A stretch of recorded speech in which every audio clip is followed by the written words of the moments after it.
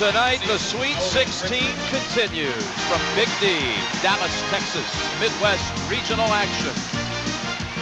First up, Tulsa, the Cinderella team in this bracket against the Arkansas Razorbacks. Back later tonight, Michigan and Maryland, another Cinderella. Overtime to beat the Golden Hurricane. Arkansas was ranked #1 at that time, and the Razorbacks will start it off and help out the board. Nice pump. He can shoot. Collier nails it.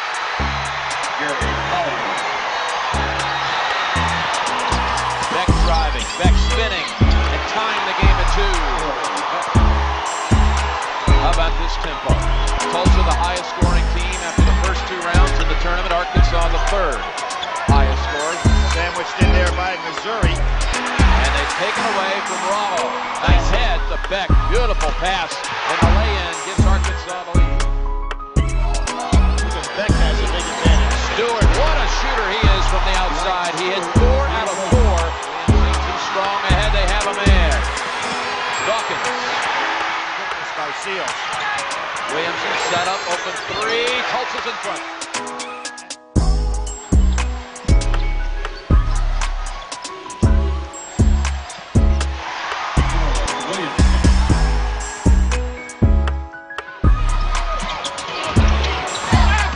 Underneath. The man they call the Big Nasty. Look out. Tulsa Didn't have a chance to go in. Let McDaniel in. He comes right out, firing a 3 and hitting it.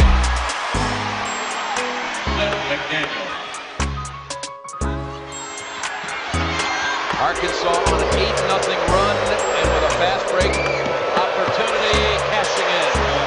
What's happening right now? Tulsa. Stewart gives them a lot of options with the way he handles the ball and his size. Open his service.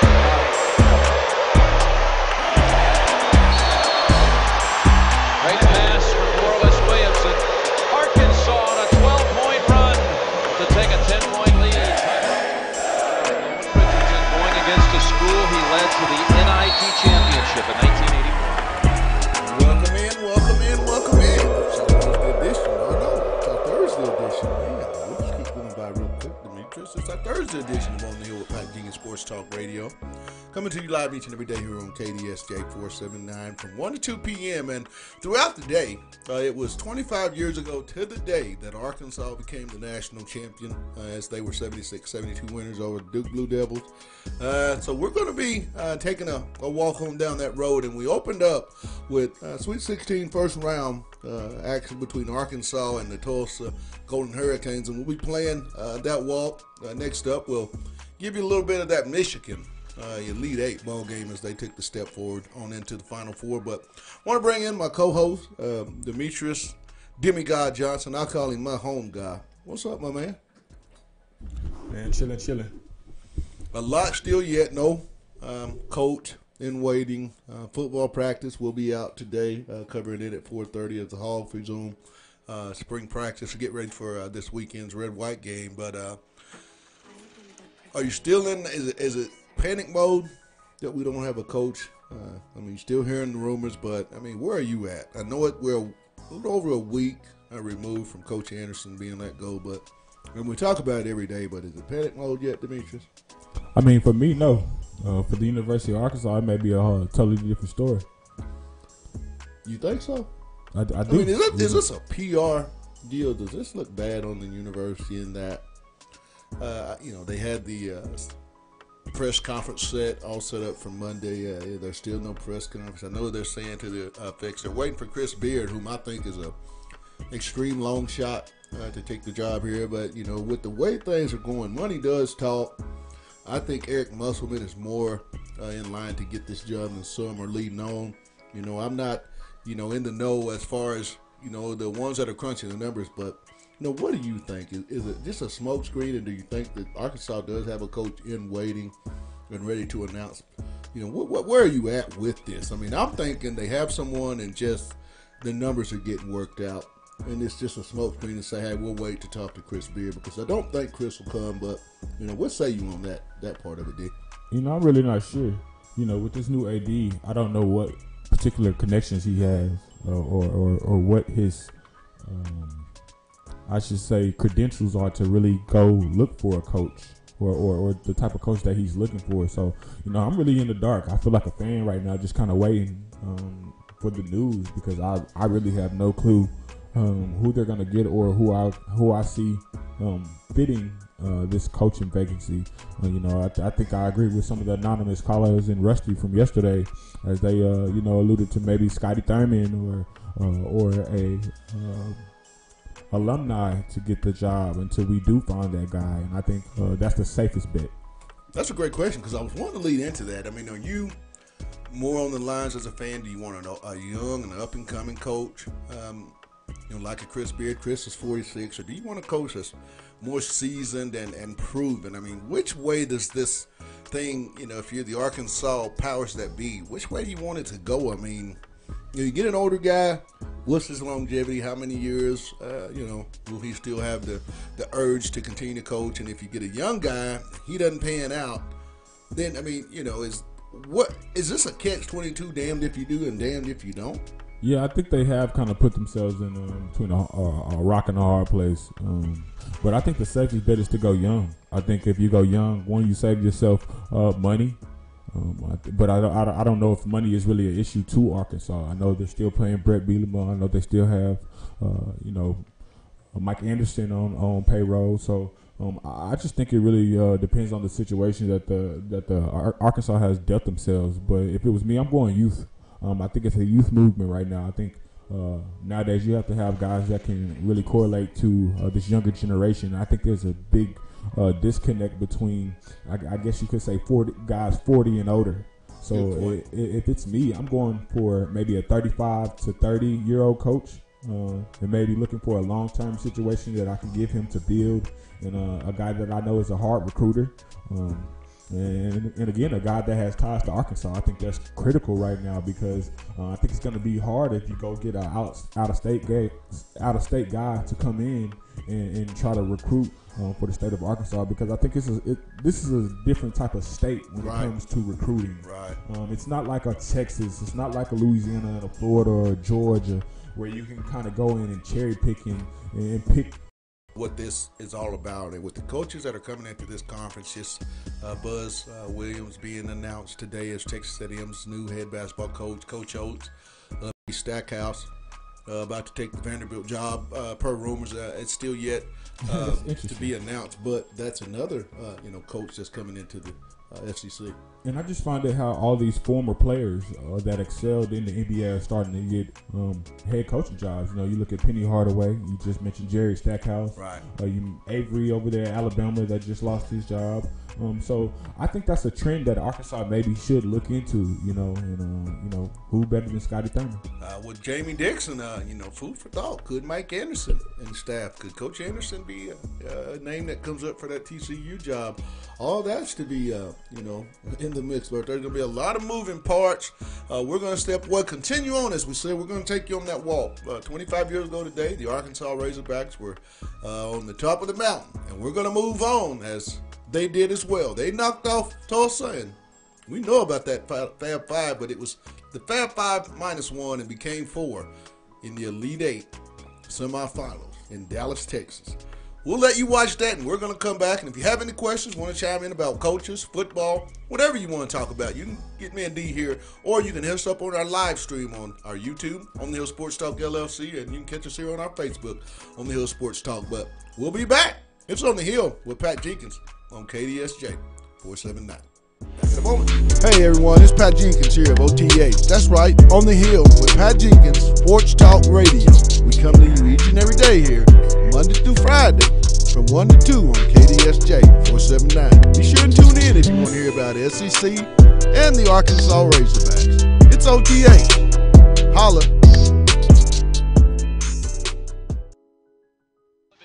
And we're underway for the final ticket to Charlotte. The Razorbacks on the attack first. Field. Jackson wild behind the head. Jackson, King, Howard, and Rose have all scored in double. There's the double down. Williamson with the move.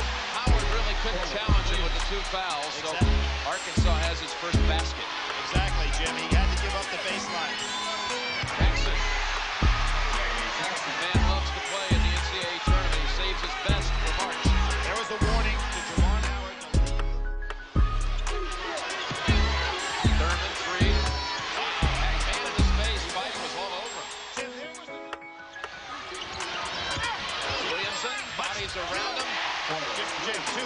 Ray Jackson. He just overpowered him in there. 8-8 on the other side. And they get it inside. White and Howard had a shot at denying that entry pass. Williamson follows his own miss. Ray Jackson is like a flea on his arm. Goes too high, they throw it away. Arkansas on a run right now. So both coaches having to make changes early. Wow, Thurman way outside for a three-pointer and a 7. Michigan guys are over 29 and some at 30. Jimmy Wolverines in serious trouble. Howard, pump fake, blocked by Lee Wilson, who checked in, freshman. Dillard pull up three.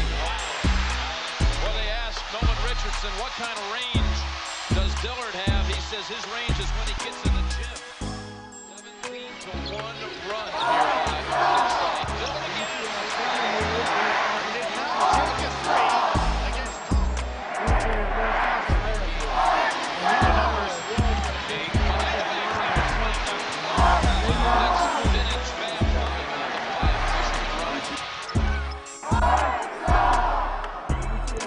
Welcome back. It's on getting ready for the Arkansas red-white scrimmage to conclude their second second spring under Coach Chad Morris and staff. But if you'd like to call in and chime in with us on a lot of topics, who is some of your candidates? Who would you like to see here as the Arkansas head coach? Did they get it right? Is this starting to turn into more of a soap opera? Does it look bad? Also, too, what are your questions leading into this upcoming spring game, the red-white game here in Fayetteville? What will you as a fan be looking to see when you leave Donald W. Reynolds? But continuing on with Demetrius, and also want to make a note, at 1:30 we'll have on our special guest, Scotty Borderland of the Arkansas Democrat Gazette. Does a great job covering Arkansas basketball and men's football, so we got a lot to get into with Scotty at 1:30. But continuing on, Demetrius, how much time do you wait if you're a fan base and a board?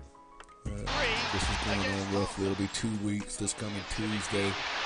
Got the numbers. How much time until, like I said, you get into panic mode? I think you need to have something in place here within the next 4 to 5 days. So this coach that comes in, like we say, we always talk about recruiting the kids on campus. He can recruit the Isaiahs, Desi's, and those guys, Reggie Chaney's,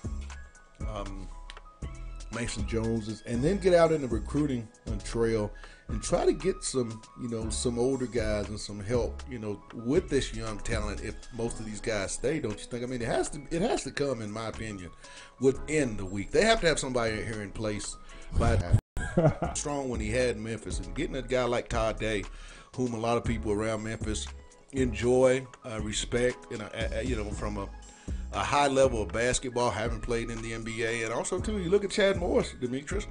What's this staff doing? They're starting to really emphasize the city of Memphis, and you go get guys like S.J. Tui. Also, you hire a guy like the totally agree, and it's just I'm really at a loss as far as who. I do think the safe bet is to go with the home team. That's why I keep mentioning Scotty Thurman, Corliss, Todd Day. Those are guys that you can, go out and sell tickets. And I think we're gonna have to do similar to what Memphis did. I think Memphis wanted a different coach, but when they had seen Penny Hardaway willing to come there and willing to help rebrand the program, willing to go be the face of Memphis, I think Arkansas is really going to have to take a similar approach until they, like I said, go get a guy that's a home run hitter. He's won national championships. He has the formula and it's proven. If you're Chad Morris, do you feel more comfortable if pressure, or is this a situation that you feel kind of comfortable with the new basketball coach coming in? Do you feel like this staff, the program and fans will give you that extra year, kind of to continue to get your program? Because I think if they go 4-8, as we say, patience is not a virtue around here. I mean, they want instant returns on their investment. Football, I'm not really so sure.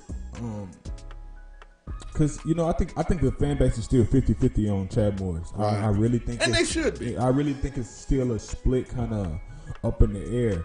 But I don't think they're going to have patience with him if he goes 4-8 again. Right. I think you will have guys that say, "Oh, I see the progression. Oh, I understand the business of football. You don't come into the SEC with a national championship. I understand the process. Understand all those things." But I think the type of world we live in today is everybody wants immediate results, and I think these guys are going to feel the pressure from the fan base to maybe do some things that may be detrimental to the University of Arkansas in the long haul because of the type of pressure from the fan base and because of the type of feedback with the fan base when it's so negative because we haven't won any games, and they have to understand. I think football is definitely a longer structure to it than basketball. Basketball you have 5 to 11 guys on the squad, 15 probably max. While football, you're talking about an 85 to 120 man roster. So I think to answer your question with a little bit more direct, yes and no, they're gonna give Chad Morris a little bit more time, but I think they're gonna have to see improvement, and I think a big improvement. I don't necessarily know if those improvements are going to have to be W's, but I think they're going to have to see a visual transformation of the product that's placed on the field. I feel like with Chad Morris, I think they're about they're trending upward. I also think that when you look at Mike Neighbors and that program and staff and what they're doing, they're on the up, trending upward. Softball, baseball, but I really think with some type of postseason. Not saying they're going to go win the national championship. Not even say they're going to get back to that game, but they're going to be in some type of postseason play. And I think when you have surrounding, let's not forget about the softball team. Right. They're not a major factor when you look at SEC programs, but when you're the AD and you're seeing success around your university, except for the major programs, sports programs, it's going to be a little added pressure. And that's the thing, when you've experienced a national championship, and they have here in Fayetteville, Arkansas, both in football in 64, they didn't get one in and football, also won that 94 basketball national championship. So I think when it's been proven in your town that it can be done, it only makes the fan base more hungry, and they still want to live in those areas. But when you look at him, I don't think he has enough. They may go win them a championship. That's not sustainability. There's no longevity behind that. Loyalty speaks more than the dollar bill. Right. Well, we're going to continue to think long-term and loyalty as we're going to continue to think long-term as Arkansas 25 years ago to the day became the national champion. And we're going to step, and there was a few more steps they had to take. We moved to Charlotte. This next ball game was semifinal versus Arizona. We'll let you hang out, and then we'll be back with Scotty Borderland of the Arkansas Democrat Gazette. It's on the Hill with Pat Jenkins on KDSJ 479. Final four here in Charlotte. The 1994 Final Four is underway. Thurman over Geary. Geary is the defensive specialist, but Thurman a foul on push. Thurman ball. Yep, definitely pushed right in the midsection. Reeves ahead. Lays it up. Score it. And a blocking call. The guys are a little bit tight right now. And I think we're looking at a game in the 80s. They reject it on Williamson. Some pass to Reeves. It lifts it in with the left hand. How about that? He takes the ball in on one side, puts it up perfectly under the right. Williamson. Right off the front of the rim. Side. Oh, gets on track. And that's probably an important one for his confidence after that over-tenor. That's right. Did not have a field goal in the last ball game win over Missouri. Williamson again down on the blocks. And you're right, Billy, starting to get a little flow now.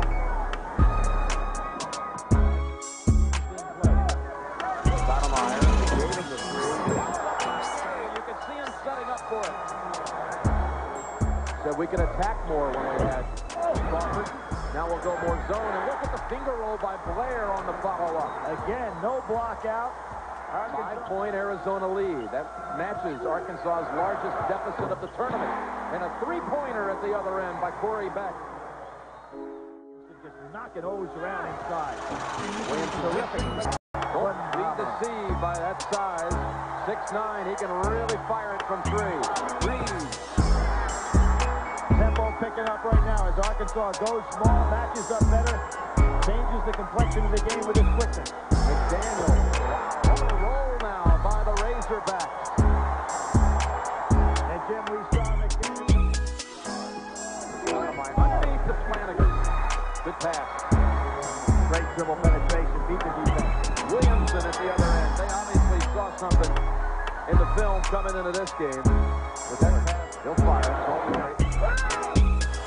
that big body of Corliss Williamson just set up the follow-up on that one. He didn't even feel another look opposite by Arizona.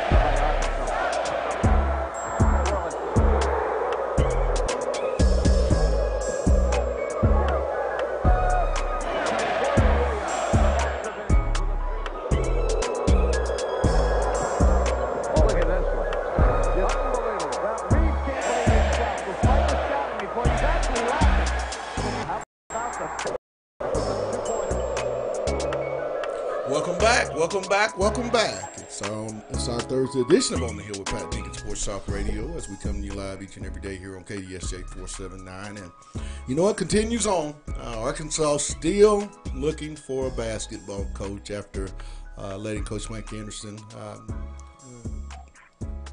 go a week ago last Tuesday, or a little over a week ago. And time to get a little update from our good buddy, Scotty Borderland of the Arkansas Democrat-Gazette. Scotty, welcome back to OTH, my man. It's good to be back with you guys. How's it going? Still the same old. You hear a rumor. Go, no, I'm just kidding. What are you hearing? What are you hearing? Because it seems like there's a new twist with this coaching search each and about every 30 minutes. What's your take and what's going on as of today from what you're hearing? Yeah, I mean, I got a text this morning. People over at our site were hearing that Greg Marshall was kind of, I think his name was getting tossed around a little bit. You track some flights. There's several flights going to Wichita from Fayetteville and from Wichita back to Fayetteville, so that's something to keep an eye on. But it's just like I read somebody say this today. Like Greg Marshall's just like the flavor of the day, and 2 days ago it was Eric Musselman. And then 2 days before that, it was Kelvin Sampson. So we don't really know anything concrete yet. But I think everybody likes Greg Marshall today because that's whose name's being thrown around. It's kind of wild. Scotty, what's your take on the uncertainty of the coaches? It's one thing the uncertainty of the coaches. With the time being from signing class and the amount of time we have left. How do you Arkansas was set up to have multiple visitors from the JUCO ranks take official visits here in the past few weeks, since had to cancel. What with this dragging on, how much does this hurt the incoming coach, not only to keep the the core that he has here, but also to be able to add some pieces because the expectation level here, it seems like it's a return quick on our investment type of mentality. Yeah, I mean, as far as recruiting and stuff goes, I imagine the new coach would probably have to just, go out and find some guys late. To think back, you think back to when Mike Anderson was hired, I think there was a 10-day coaching search before Arkansas named Mike the new head coach. I don't think 8 days. I don't think 8 days is I think we think it's dragging out now because I think we thought that we had Kelvin Sampson in the bag last weekend, and now it's 4 days later and there's still nothing official yet. These coaching searches can take. Not had a coach for a couple months now, right? Steve Alford have an answer, which is far more concerning, I think, than what Arkansas is dealing with right now. Is this a bad PR for the University of Arkansas, having fired your coach so quickly, expecting already named by, pretty much to say regardless of somebody to date you? I mean, it could be, but at the same time, I'm looking and seeing what's being reported, and just because it's being reported doesn't necessarily mean it's factual. Right. You know what I mean? So, I think that press conference was set up on Sunday, or Monday, and have to do last minute. But gosh, I don't know. As far as like a bet from like day 8 of the search, like I think if it drags out 2-3 weeks, like maybe that could be the case. But I don't think it's a bad PR move as of right, or bad PR thing as of right now.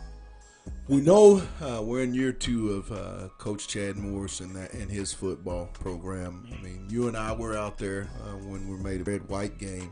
Scotty, that's really impressed you, maybe that you didn't expect. And, you know, what else are some things maybe people that you thought should step up that maybe have it going into Saturday's ball game? Yeah, a couple of the guys that I've written about this spring, I think Sosa and Cam Curl have been probably stood out on the defensive line. Been one of the top performers on the defensive side of the ball as far as Chad Morris is concerned, and that's kind of something that you wanted to see too. You want to know who's going to kind of emerge as a leader in the secondary. Right. I think Myron Cunningham on the offensive line was somebody that I didn't really know. They've been doing that a lot. In to us here on the with coaches and for coaches. 4-7